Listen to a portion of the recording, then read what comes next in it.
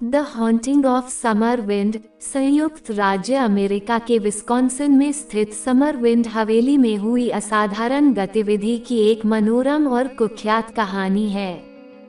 हवेली का इतिहास भयानक घटनाओं, दुखद घटनाओं और दुर्भाग्यपूर्ण मालिकों की एक श्रृंखला से जुड़ा हुआ है।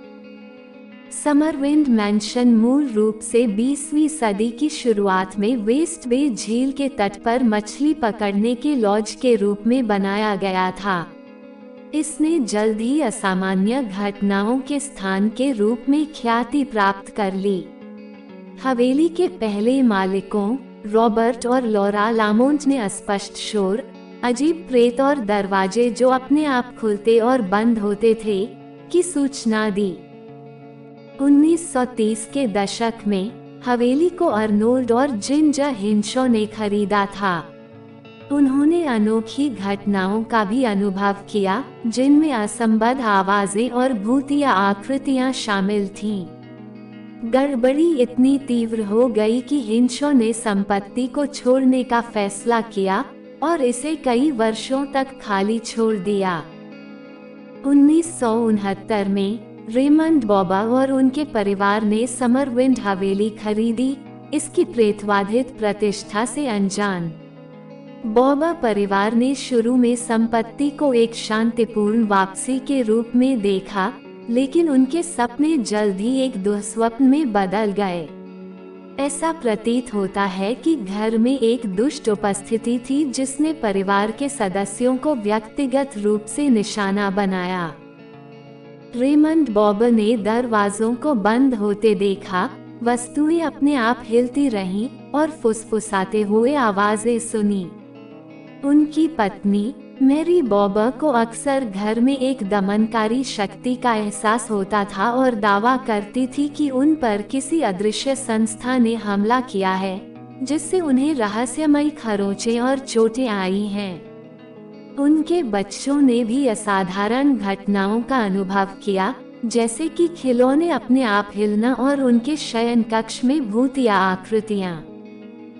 उत्तर खोजने और अपनी पीड़ा को कम करने के लिए बेताब बॉबज ने मनोविज्ञानियों और असाधारण जांचकर्ताओं की मदद मांगी। समरविंड मैंशन की खोज करने वाले सबसे उल्लेखनीय जांचकर्ताओं में से एक प्रसिद्ध मानसिक जांचकर्ता डॉक्टर एल रॉबर्ट्स थे। अपनी यात्रा के दौरान डॉक्टर रॉबर्ट्स ने कई आत्माओं से संपर्क करने का दावा किया, जिनमें जोनाथन कार्वर नामक पूर्व मालिक की बेचैन आत्मा भी शामिल थी। जैसे जैसे भूत प्रेत का प्रकोप बढ़ता गया, बॉबा परिवार की मानसिक और भावनात्मक स्थिति खराब होती गई। वे निरंतर भय में रहते थे और अंततः पागलपन के कगार पर पहुंच गए। 1974 में बॉबज ने अपना सामान छोड़कर समरविंड मैंशन से भागने का निर्णय लिया। बॉबा परिवार के चले जाने के बाद समरविंड मैंशन और भी जर्जर हो गया और उपद्रवियों का निशाना बन गया। आखिरकार 1988 में हवेली पर बिजली गिरी और आग लग गई, जिससे यह एक जले हुए खंडहर में तब्दील हो गई। इसके विनाश के बावजूद समरविंड हवेली की किंवदंती और इसकी भयावहता कायम रही। तब से कई असाधारण उत्साही, रोमांच चाहने वाले और जांचकर्ता संपत्ति का दौरा कर चुके हैं, डरावने अनुभवों की रिपोर्ट कर रहे हैं और भयानक तस्वीरें और रिकॉर्डिंग कैप्चर कर रहे हैं। समरविंड मैंशन की भयावहता असाधारण विद्या के इतिहास में एक प्रमुख और डरावनी कहानी बनी हुई है। यह एक अंधेरे और अलौकिक इतिहास से भरी जगह में रहने के संभावित खतरों के बारे में एक सतर्क कहानी के रूप में कार्य करता है।